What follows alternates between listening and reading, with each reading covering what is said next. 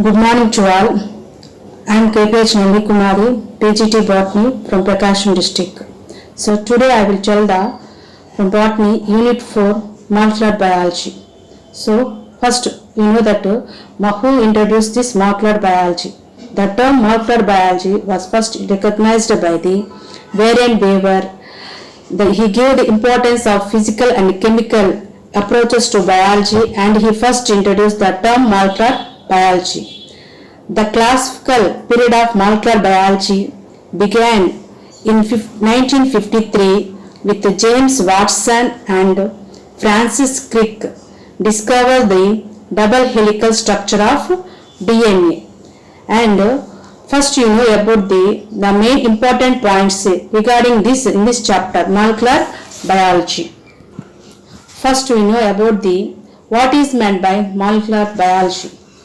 Molecular biology. Molecular biology, it means it deals with the study of macromolecules and their mechanisms in living organisms such as gene replication, mutation and expressions. Once again I will repeat the definition for the molecular biology. Molecular biology, it means it deals with the study of macromolecules and their mechanisms in living organisms, such as gene replication, mutation and expressions. And this molecular basis of inheritance for most of the organisms is due to two nucleic acids. This molecular basis of inheritance for the most of the organisms is due to two nucleic acids, namely DNA and RNA. These here in the above point we discussed that the nucleic acids. These nucleic acids are long polymers of nucleotides. Nucleic acids are the long polymers of nucleotides. And this molecular basis of inheritance is mainly done in this DNA and RNA. DNA. First you know about the DNA. DNA, it means it stores the genetic material. When it comes to RNA, it helps in the expressions of the information. So DNA, it means it stores the genetic information. When it comes to RNA, it helps in the expressions of the information. So DNA is chemically and structurally more stable when compared to RNA. When compared to RNA, this DNA is more structurally and chemically more stable. All we know that DNA, it means it is a double from 6th class onwards we are studying that DNA, it means DNA is a double stranded helical structure. When it comes to RNA, it is a single stranded RNA structure. So DNA, it undergoes the main important points in this DNA is it undergoes the self-replication. When it comes to RNA, it does not undergoes any self-replication. So this DNA written in 3 letter words. Each letter word is called a codon. Each letter word is called a codon. Each codon encodes for the 20 amino acids used in the synthesis of proteins. Each codon, once again I repeat this point, each codon encodes for one of the 20 amino acids in the synthesis of proteins.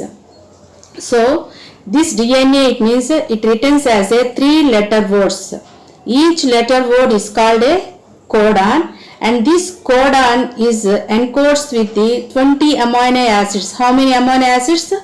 20 amino acids used in this synthesis of these amino acids used in the synthesis of proteins. And this genetic code is this DNA is in this DNA, previous point we discussed that DNA, it encodes the 20 amino acids, and it is the genetic code. It helps in the direction for the translation for the DNA. So this is the main points regarding in this chapter, molecular biology. In this chapter we discussed about what is meant by molecular biology. Once again I repeat the definition for the molecular biology. It deals with the study of macromolecules and their mechanisms in living organisms such as gene replication, mutation and expressions. And this molecular biology deals in this molecular biology two nucleic acids, namely DNA and RNA. DNA, it means a double-stranded helical structure. When it comes to RNA, it is the single-stranded helix structure. And this DNA, it undergoes self-replication. When it comes to RNA, it does not undergo any self-replication. So in this DNA, it contains 20 amino acids, and these 20 amino acids, it encodes with the three letter words called codon. So this is about the main important points in the regarding to the molecular biology, DNA and RNA. And now in the next topic, we will discuss about the differences between the DNA and RNA. In previous, I told about the DNA and RNA, and now in this topic we will discuss about the differences between the DNA and RNA. DNA stands for deoxyribonucleic acid. DNA, it stands for deoxyribonucleic acid. When it comes to RNA, it stands for ribonucleic acids. DNA, deoxyribonucleic acids. RNA, it stands for ribonucleic acids. DNA, it is a double-stranded helical structure. When it comes to RNA, it is a single-stranded helix structure. And in this DNA, it undergoes alkaline condition.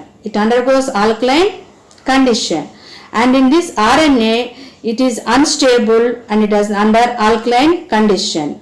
This DNA, it is stable in alkaline condition. When it comes to RNA, it is unstable under alkaline condition. DNA contains sugar deoxyribose. DNA, it contains sugar deoxyribose. When it comes to RNA, it contains sugar ribose only. So this is the differences. DNA contains the sugar deoxyribose. When it comes to RNA, it contains the sugar ribose only. DNA, it is made up of more than 4 million nucleotides. This DNA, it is made up of how many nucleotides? 4 million nucleotides. When it comes to RNA, it is made up of only 75 to 2000 nucleotides. See the differences.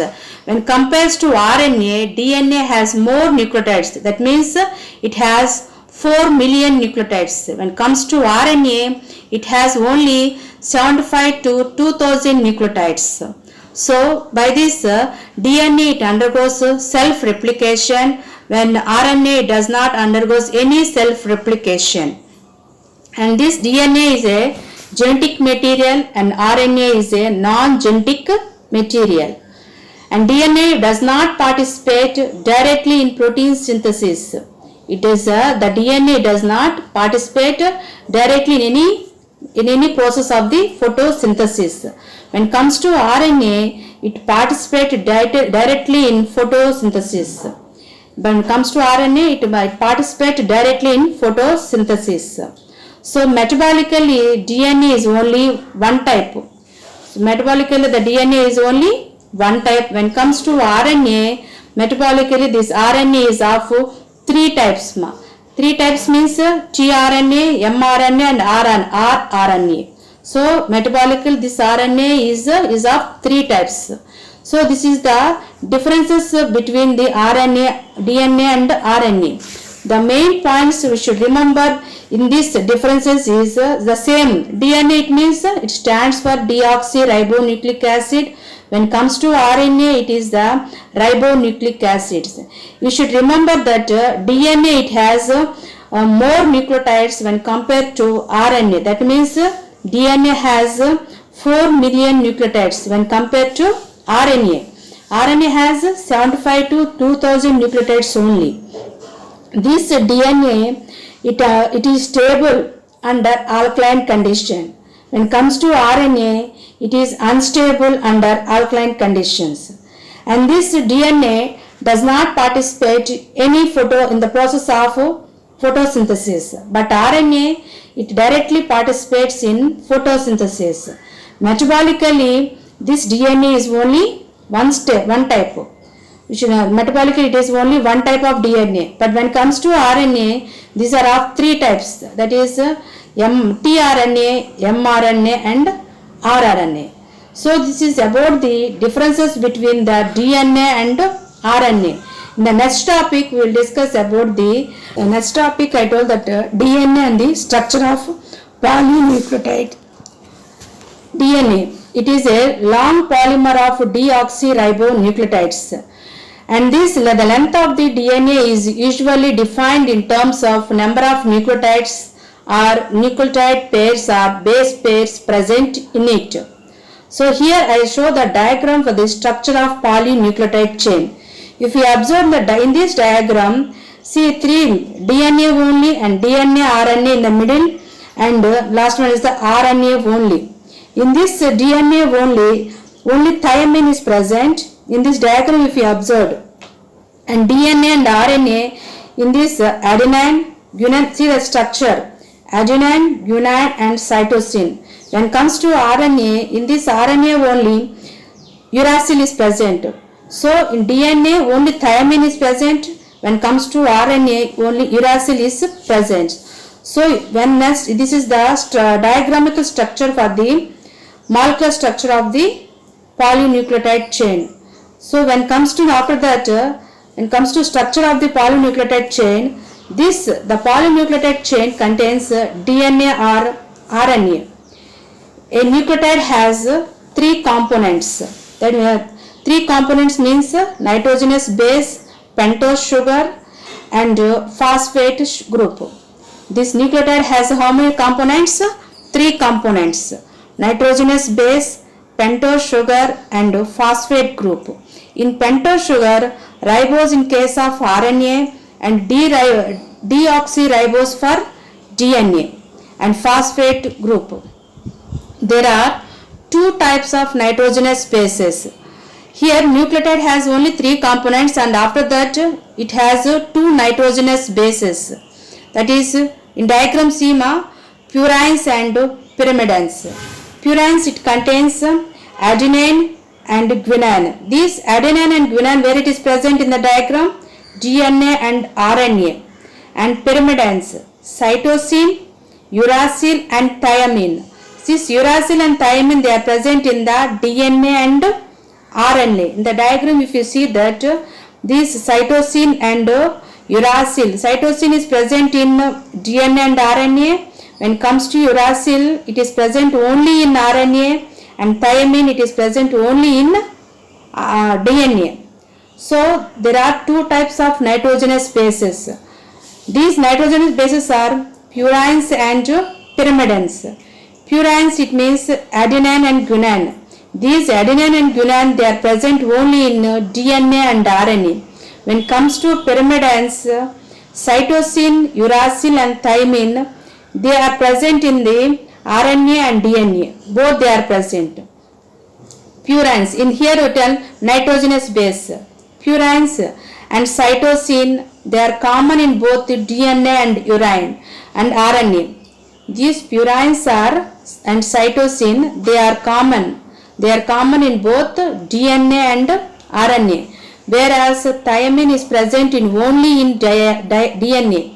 See in this picture diagram, if you see that purines and cytosine, they are common in both. They are present in both DNA and RNA, whereas when it comes to thymine, it is present only in DNA. Uracil, it is present in RNA at the place of the thymine. Uracil, it is present in RNA at the place of thymine. So this is the structure of the polynucleotide chain.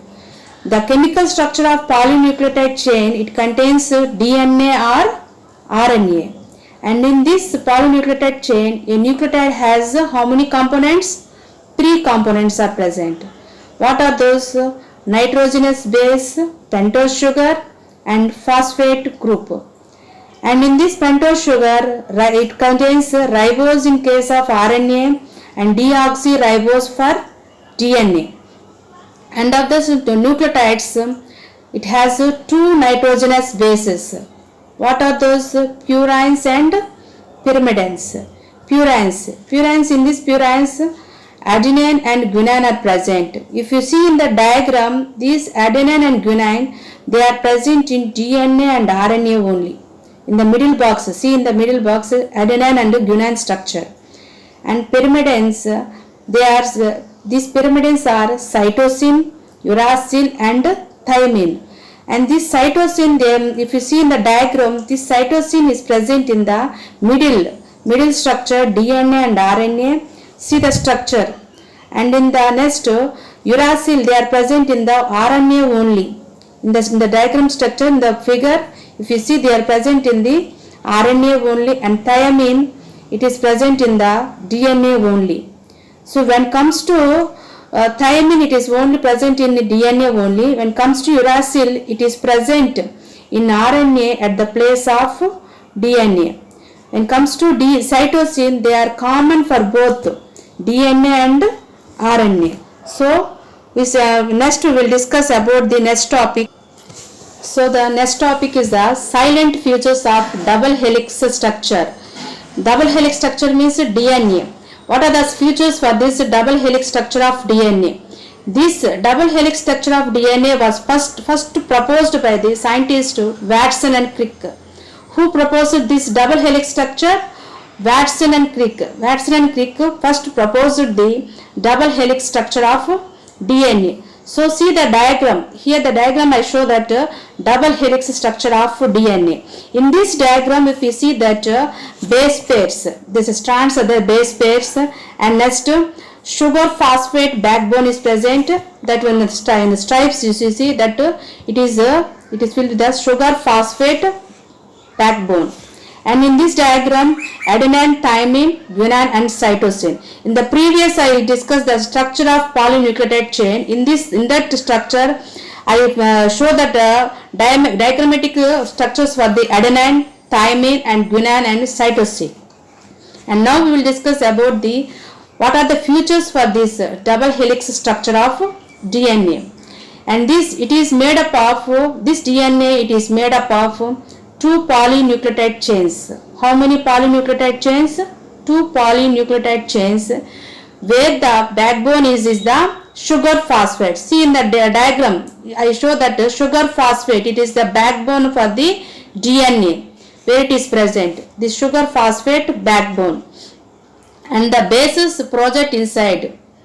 Nucleotide is deoxyribose sugar, nitrogen base and phosphate molecule. So this DNA, it is made up of how many nucleotides? Two polynucleotide chains. And whereas the backbone is the sugar phosphate. And in this nucleotide is deoxyribose sugar, nitrogen base and phosphate molecule. In this DNA, the two chains have anti-parallel polarity. In this DNA, the two chains have anti-parallel polarity. This means that if one chain has the polarity 5 to 3 and other has 3 to 5, the two chains have anti-parallel polarity. This means if one chain has the polarity 3 to 5 and other has 5 to 3, the bases in the two strands are paired through hydrogen bonds, forming base pairs. See the base pairs and the diagram. If you see the base pairs, these base pairs, the bases in two strands, they are paired together to form the base pairs.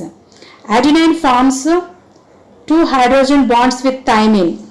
In the diagram, if you see that adenine forms how many bonds? Two hydrogen bonds with thymine. When comes to guanine, it forms three hydrogen bonds with cytosine. So see the differences in the base pairs.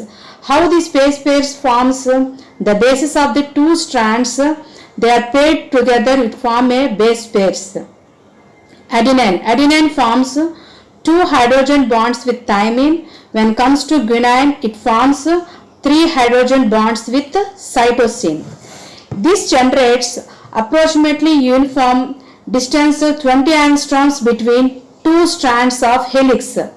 It generates approximately how many distance uniform? 20 angstrom distance between two strands of helix. So these two chains are coiled in a right-handed fashion.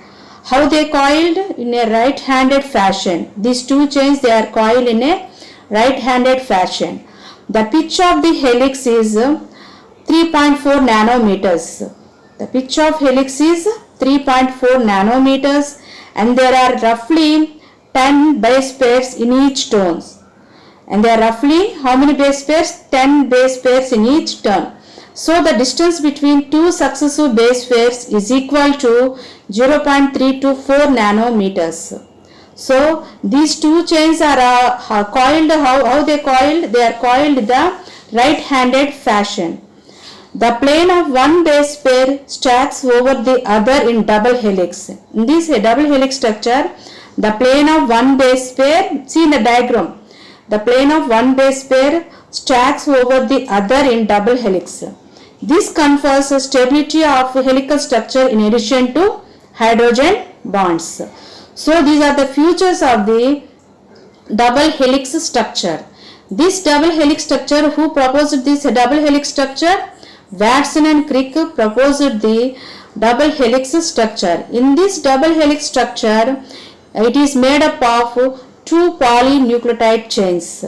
And where in this diagram you should see this double helix DNA, it is made up of two polynucleotide chains, whereas the backbone is the sugar phosphate. And how the base pairs formed? The bases in the two strands are paired through the hydrogen bonds forming base pairs. The bases in the two strands are paired through hydrogen bonds forming base pairs. In the diagram, if you see that adenine forms how many bonds? Two hydrogen bonds with thymine. When comes to guanine, it bonds three hydrogen bonds with cytosine. So approximately the distance for these base pairs is the 20 angstrom units. And if these two chains are how they coiled? They are coiled with the right-handed fashion. They are coiled by the right-handed fashion. The pitch of this helix is how many nanometers? 3.4 nanometers. 3.4 nanometers, and they are roughly 10 base pairs in each turn. So the plane of one base pair stack over the other in the double helix. This confers stability of helical structure in addition to hydrogen. By the next, this is the silent features of the double helix structure. You should remember that this double helix structure was who discovered the scientist? The scientist is the Watson and Crick. In the question they will ask, they also write about the Watson and Crick. So you should write the silent features for the double helix structure. And next, when it comes to the next topic is the nucleosomes. Nucleosomes. So nucleosomes. It is a bead-like structure of chromosomes. These nucleosomes, see in the diagram. I will show first the diagram. This is the diagram of the nucleosomes.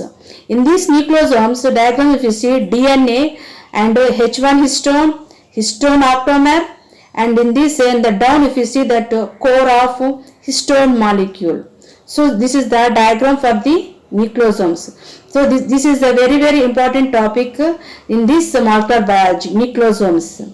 So clearly observe that what is meant by nucleosomes. Nucleosome, it is a bead-like structure of chromosomes. It is a bead-like structure of chromosomes. So what is the definition for this nucleosome? The negatively charged DNA. If you see in the diagram, the negatively charged DNA is wrapped around the positively charged histone octamer.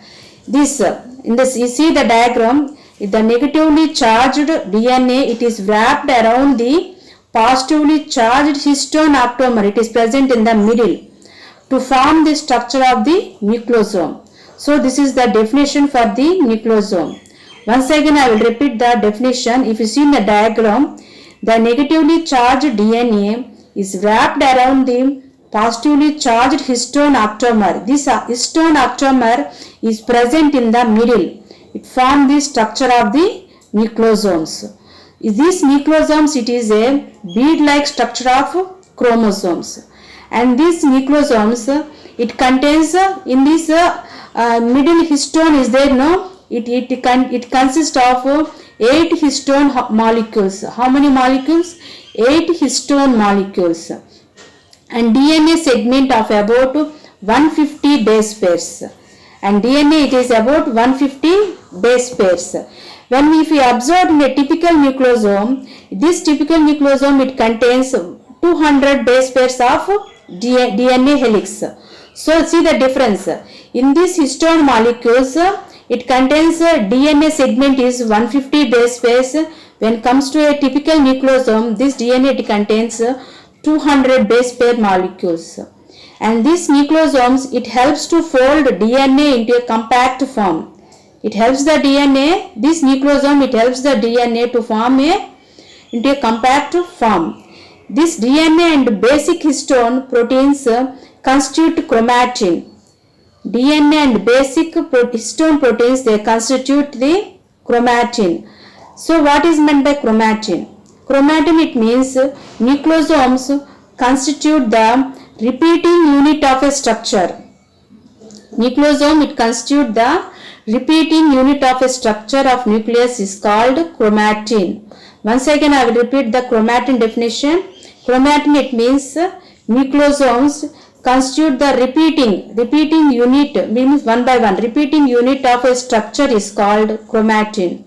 And these nucleosomes in chromatin, they are seen, if you observe under the microscope, these nucleosomes in the chromatin, they is visible like a beads on string and beads on string. So this nucleosome, if you observe in the under the microscope, they are seen as a beads on string. So in this diagram, DNA is present, histone octamer. So histone means how many histones are present in this nucleosome? 8 histone molecules are present. When comes to a typical nucleosome, it contains 200 base pairs of DNA. And when comes to, so structure of the nucleosome is the negatively charged DNA is wrapped around the positively charged histone octamer. It is called a structure of the nucleosomes. In these nucleosomes, it helps the DNA in a compact form. How it helps it to form a compact form? This DNA, it helps the form a compact form. And this chromatin, nucleosome constitute the repeating unit of a structure in nucleus is called chromatin. Here in the above point, we discussed about the chromatin. What is meant by chromatin, I told. And next, the packaging of this chromatin at higher level, it requires additional set of proteins that collectively they are referred as a non-histone chromosomal proteins. For this chromatin at a higher level, it requires the additional set of proteins. If by increasing this chromatin at higher levels, it requires a set of proteins that are collectively they are referred as a non-histone chromosomal proteins, that is NHC. If you observe this in a typical nucleus, this chromatin, they are loosely packed. If you observe this in a typical nucleus, this chromatin, they are loosely packed. That means they are stained light. This chromatin, they are referred as a euchromatin. That chromatin, they are referred as a euchromatin. When it comes to the chromatin that more densely packed, that means they are stained dark. That chromatin, they are called as a heterochromatin.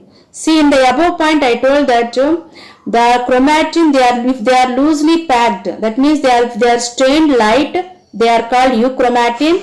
And if they are stained dark, that means they are densely packed. That chromatin we called as a heterochromatin. See the differences, euchromatin and heterochromatin. Euchromatin means they are stained light, that means they are loosely packed, they are called euchromatin. And heterochromatin means they are densely packed, that means they are stained dark, that we called as a heterochromatin. This euchromatin is active chromatin when compared to the heterochromatin.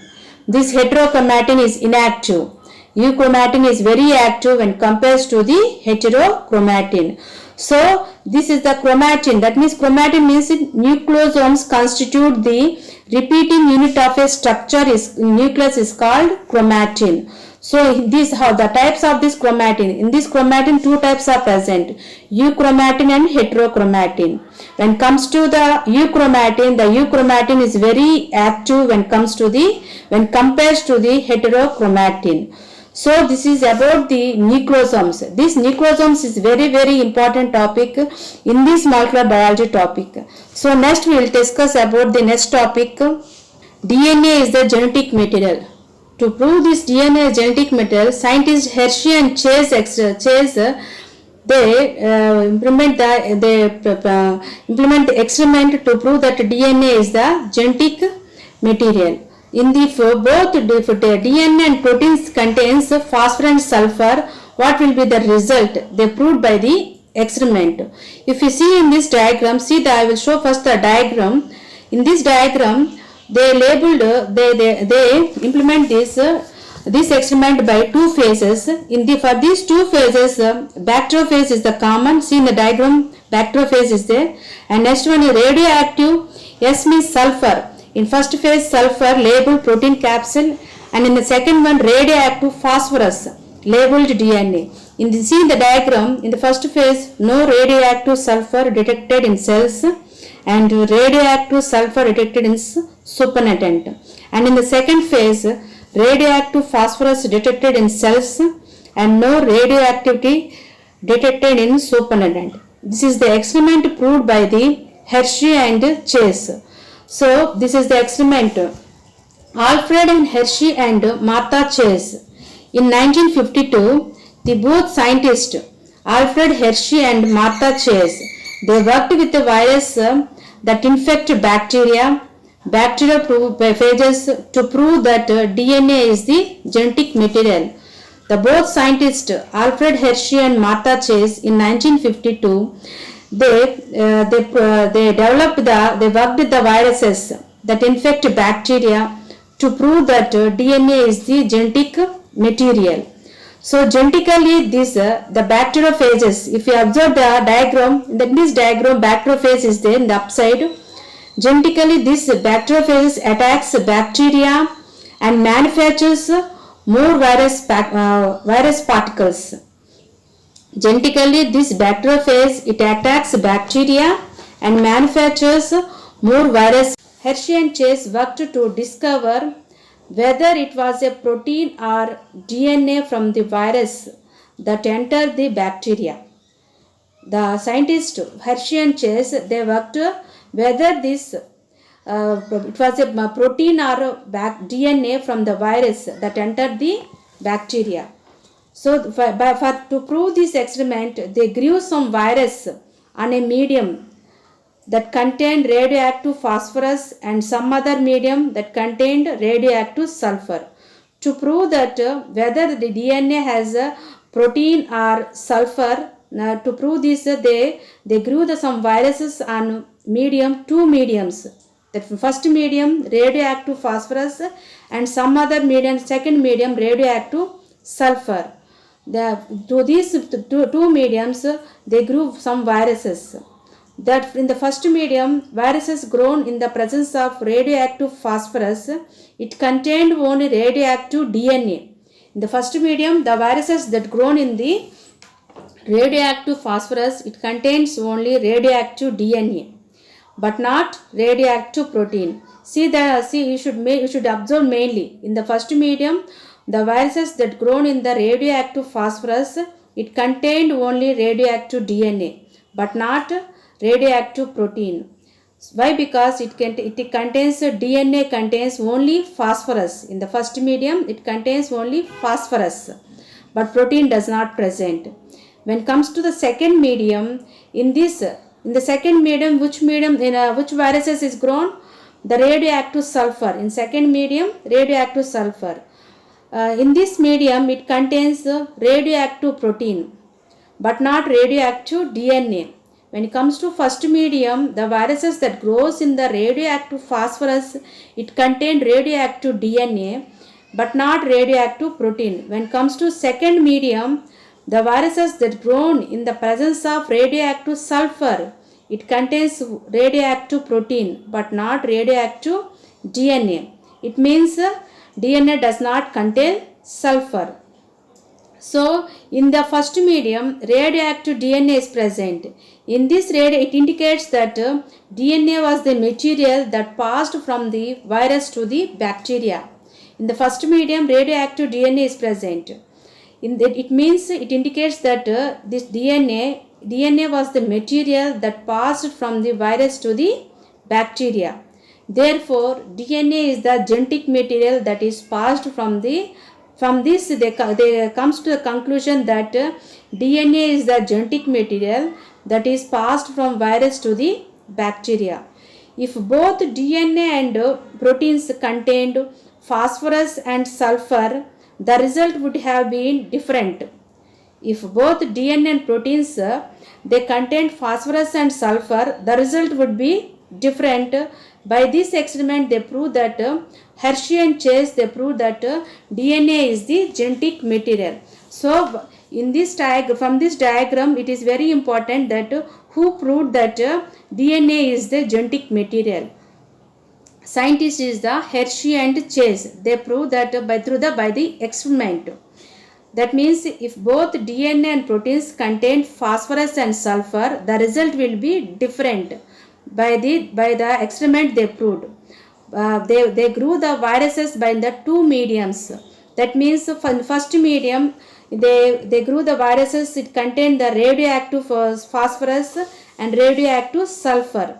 In the viruses that grows in the radioactive phosphorus, it contains radioactive DNA only. In that first medium, radioactive protein is absent, and that means the radioactive DNA is present. In the second medium, which grows the virus in the radioactive sulfur, in the presence of radioactive sulfur, it contains radioactive protein only but not DNA. So, in the first medium, radioactive DNA, it indicates that DNA is the genetic material that passes from the virus to the bacteria. So, by this experiment, they prove that DNA and proteins does not, if both they contain both phosphorus and sulfur, the result would be different. So, by this experiment, they proved.